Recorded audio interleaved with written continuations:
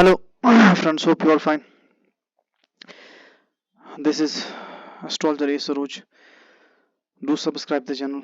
Hit the bell icon in order to receive the notifications from the upcoming videos, and do share the videos as much as possible, and enjoy the free access to amazing and research-based content on Vedic astrology. This is the Ketu series that is going on, and we have reached to Virgo Ascendant. Before discussing and talking about the impact of Ketu in first house, let us have a general overview about Ketu. See, we have to see that Ketu and Rahu, they are both malefic planets in Vedic astrology. They are considered malefic planets. When a planet is malefic, does it give benefic results? No, never. Irrespective of its placement. Its placement in the first house, its placement in the second house, its placement in the Kendra house. That does not mean that it will give a fruitful result. Never, ever. Because when the planet is malefic, how can it give benefic results? Isn't it? This is a point to think upon, and this point is quite ignored by most of the people, and they started wearing they start wearing cat's eye. I suggest all the ascendants, maybe Virgo and other ascendants as well, do remove cat's eye. If you have worn cat's eye, do remove cat's eye, because cat's eye will be a dangerous thing for you.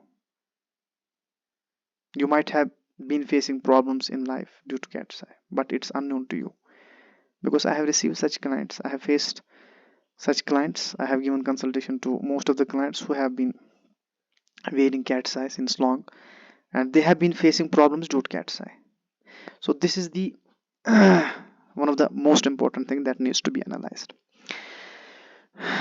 Now, in order to analyze the impact of Ketu, we have to see the general thing is that when Ketu is placed in sixth house, it's placed in 8th house or 12th house, its malefic impact becomes more substantial, more effective. And Ketu takes the characteristics of the house in which it's placed, and if it's placed in the 6th, 8th or 12th house, it takes the characteristics of those houses. And the lordship of Ketu is not defined at all. We can't say that it's its sign is Aries, its sign is, isn't it? Because Ketu has not its specific sign.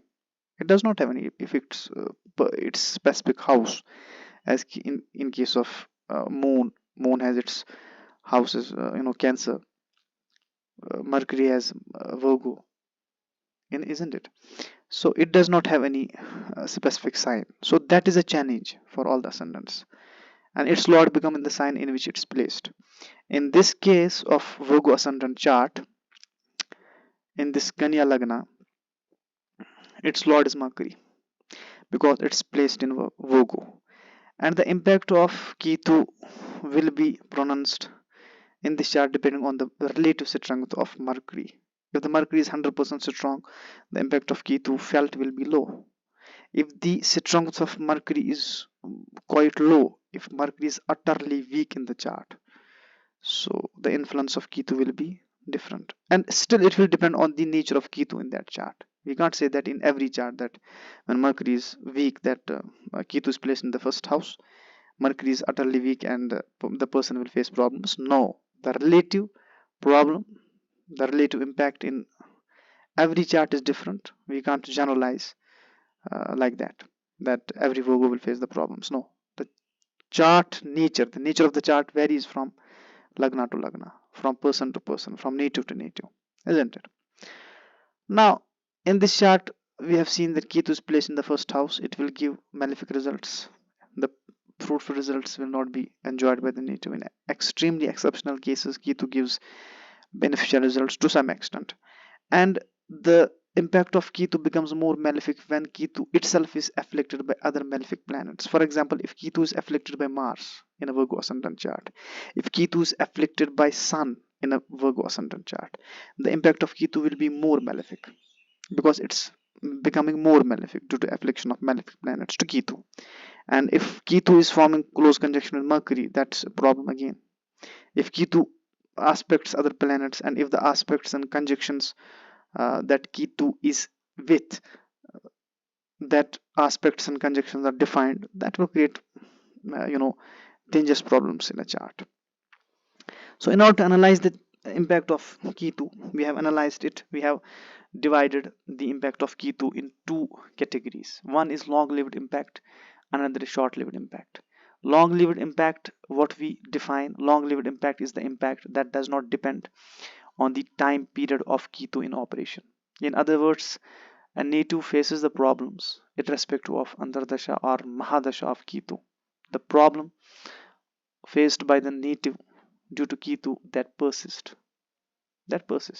irrespective of time period of Ketu in question. He persists to face the problem due to Ketu. Another category is short-lived impact of Ketu. Short-lived impact of Ketu is defined when Ketu needs its time period in operation. In other words, when the Mahadasha or the Antardasha of Ketu sets in, then only the impact of Ketu is evident in the life of the native. Without the Antardasha and Mahadasha of Ketu in operation, the native does not feel any impact from Ketu. These are the two cases, these are the two categories, and they are analyzed by the astrologer to what extent Ketu will impact the native. And what are the results of this placement? The results will be malefic. The results will not be positive. They will be negative because Ketu is malefic planet. It is not a benefic planet for any ascendant. For all the ascendants, it's malefic. So one is that malefic, in the malefic impact is that the mental retardation. The person will be mentally disturbed. Depending on the issue, let us discuss the long-lived impact. The long-lived impact, isn't it, is that mental retardation will be faced by the native. He'll be mentally disturbed. He'll be detached. The native will be detached from the people. And the native will face setbacks in business partnership. The native will face setbacks in the marital life. That is one of the most critical issues that's faced by most of the people having Ketu in the first house. Their marital life is quite disturbed and they are unable to have a control over it because the proper remedies are not suggested. Instead, it's cat's eye that's recommended to them. If you wear cat's eye, that will gain more malefic influence. Isn't that will activate Ketu in your chart? And when Ketu is activated, it means that its malefic impact is increased. When the malefic impact is increased, it will create problems. So this is the way Ketu create problems to your chart. And in the case of Virgo ascendant chart, it will also create problem in conceiving a baby. You might not be, if Ketu is placed in your 5th house, it will create deadly problems in conceiving baby. If Ketu is placed in your 9th house, it will again create problems by 9th aspect. It will create problems with respect to childbirth, with respect to conceiving a baby, because Ketu does not give a fruitful result at all. That's why astrologers are concerned about Ketu. Rahu and Ketu have a substantial role to play in Vedic astrology, and especially medical astrology. So far as Vedic medical astrology is concerned, its role cannot be denied. It's an undeniable fact that Ketu is a deadly planet, isn't it? A shadowy planet, but we consider it as a planet in Vedic astrology, given its impact in a natal chart. That impact is quite similar to the other planets, malefic planets in the chart. That's why it has been unanimously accepted as a planet in Vedic astrology. And setbacks in marital life, business partnership, and setbacks with respect to general fortune, setbacks with respect to foreign travel as well, depending on the nature of the other planets as well. So this is the first category impact, that's long lived. It's irrespective of its time period in operation, whether Antardasha, whether Mahadasha. No, it does not depend on that.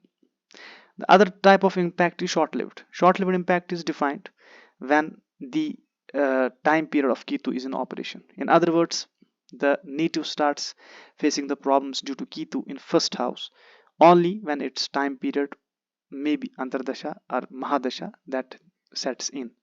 And most importantly, the negative impact, the challenge with respect to Ketu in 1st house are felt in the sub period or Antardasha of Ketu rather than Mahadasha of Ketu. So these things need to be taken into consideration. It's not a balle transit. It's not a balle impact of Ketu in any lagna. No, that's extremely exceptional case when we say Ketu gives beneficial results. Extremely. And also we can't suggest, cat's eye in such cases, because in transit it creates such severe problems to the native that he's himself unaware about the impact that he's receiving due to Ketu by wearing a cat's eye. So these are the issues that the native faces. Another side of the coin is transit impact. If Ketu is placed in the transit, we have to see what is the transit placement of Ketu. What is the placement of transit Ketu? And if the affliction takes place from transit to birth chart, and from transit to transit, and from birth chart to transit, what we call triple transit, it will be a deadly situation for the native. And if Ketu becomes stationary for some time, depending on the nature of the chart, that period will be quite deadly, and that will be challenging for the person in question. So we have to assess the impact of Ketu in a chart. We have to analyze the impact of Ketu in a chart, and we have to work, we have to recommend the proper remedies for controlling Ketu, although the strength of other planets in the chart that are quite important to control Ketu. And Ketu automatically gets controlled when the other planets, few planets, I can't mention them, but it's an undeniable fact that few planets in the horoscope, if strengthened and if strong by nature, if strong by birth, they control Ketu to the great extent, but not completely. We have to give remedies. We have to switch to remedies for controlling the impact of Ketu. We can't remove Ketu from the first house.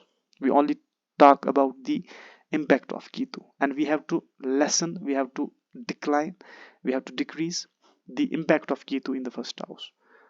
Its removal and is impossible from the first house or from any house. So again and again, I'll suggest you not to wear the gemstone for Ketu. Avoid it. It's deadly for you, it's dangerous for you. And do subscribe the channel, share the podcast as much as possible, and do hit the bell icon, do like the video as well, and to enjoy this amazing and research based content with astrology. Thank you.